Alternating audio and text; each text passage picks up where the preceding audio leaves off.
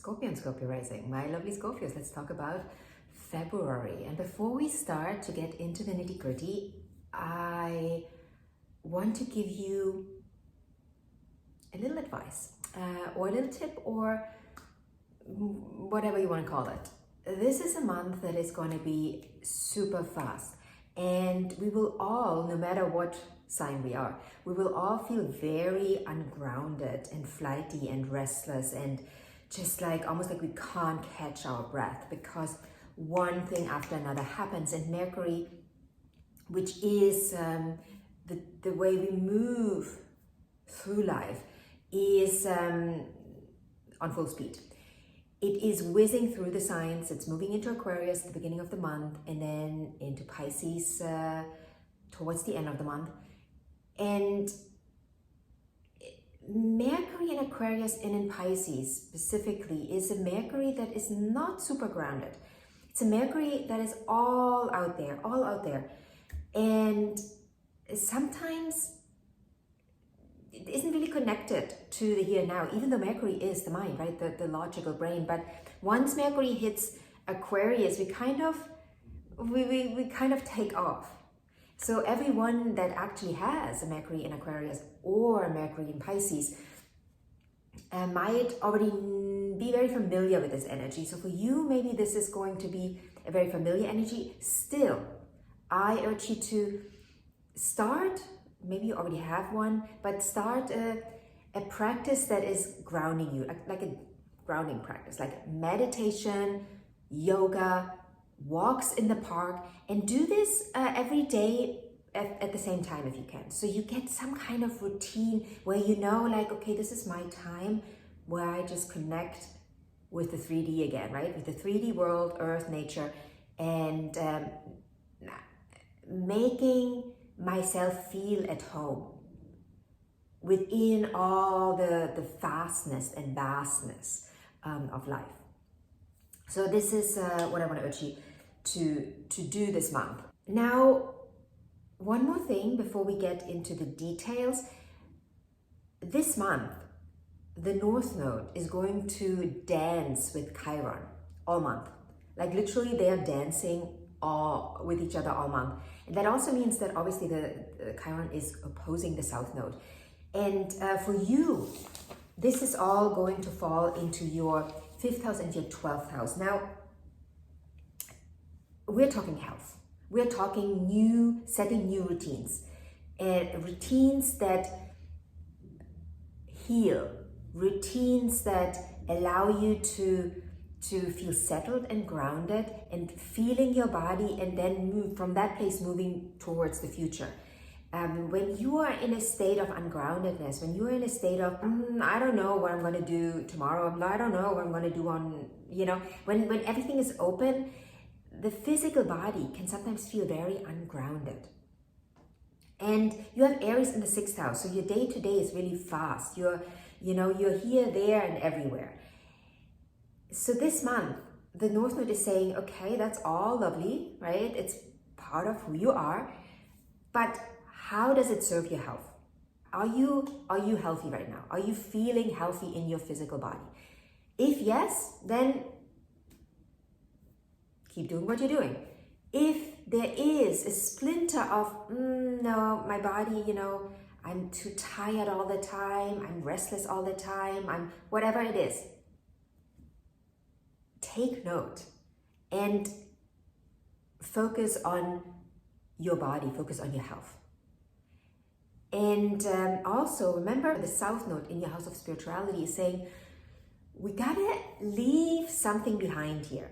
Something needs to be released. It's almost like an old way of living, an old way of looking at the world. There's some dogma that needs to be released so you can then also ground into your physical body in a new way, in a healthier way.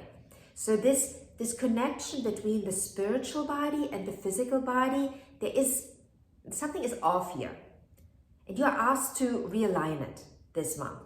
And like I said earlier, a meditation practice, a yoga practice, a daily walk practice, a daily closing your eyes for 15 minutes practice can help you to ground in again. Now, let's get into the month. This is a super busy month. I'm not going to talk about every aspect because we will be here tomorrow still. So I'm trying to concise it a little bit. Let's start on the 5th. The 5th is a big day because we have a lot of energy going on up there, a lot of aspects. So we have the Sun sextile Chiron, Venus square Chiron. I told you Chiron is a big player this month. So all of this is happening in your, well, Chiron is in your 6th house. So the 6th house is aspected intensely. So what this energy is trying to tell you is health. Just take care of your health, take care of your routine. What do you need to shift and change so you feel better and you feel healthier? Your body is getting back into shape. What do you need to do? Do you need to go to the gym? Finally. Do you need to go for a run regularly? Do you need to do yoga? Do you need to do, what is it? Ask yourself in those meditative moments that you hopefully will take every day for yourself. Doesn't have to be an hour. 10 minutes, 15 minutes is enough to just connect. When you do this daily, you will notice the shift very, very quickly. So the Chiron is saying, okay, what's the healing that is needed? Sometimes that physical pain that you're having or that physical ailment and disease is trying to tell you that psychologically something isn't working correctly. Where on the mental plane do you have to rearrange things to make your body feel safe again, to make your body feel at home again? Also, the same day, Mercury is moving into Aquarius. What is my next level transformation? Mercury is actually going to think about that because Pluto is the transformation. Mercury coming in, the thinking mind coming in, having a conversation with Pluto. Pluto saying, well, we got to transform. And then Mercury is like, okay, what needs to be transformed? What can I do in the here and now to facilitate this transformation? And to, most of all, realign, right? You want to do this in alignment. You don't want to push against something. This is all happening in your 4th house, so we're talking home. What's your home situation like? What's your home situation like? Are you happy at home? Are you healthy at home? Are you feeling at home in your home? Are you, feeling safe? Are you feeling grounded? Or is there a lot of tension with your partner, your family? What's going on there?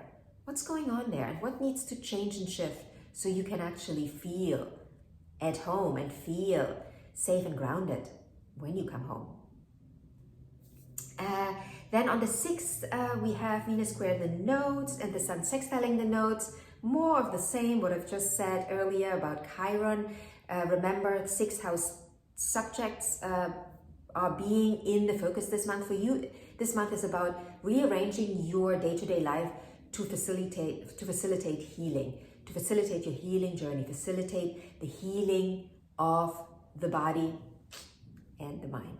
On February 9th and 10th, we have a new moon in Aquarius, your 4th house. Again, what needs to be put into place now in your home for you to feel yourself again, to feel like it's your home, to feel at home in your home? What in your personal life needs to shift and change?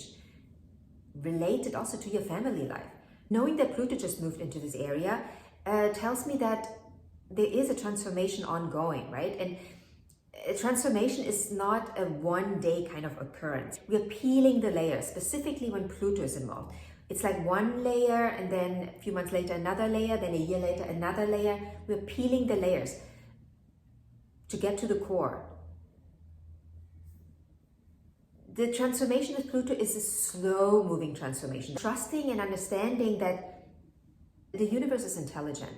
It knows that it can't give you the whole transformation in one because you, from a psychological perspective, couldn't handle it. We couldn't handle it to snap a finger and then be transformed. We would lose ourselves. We would go crazy.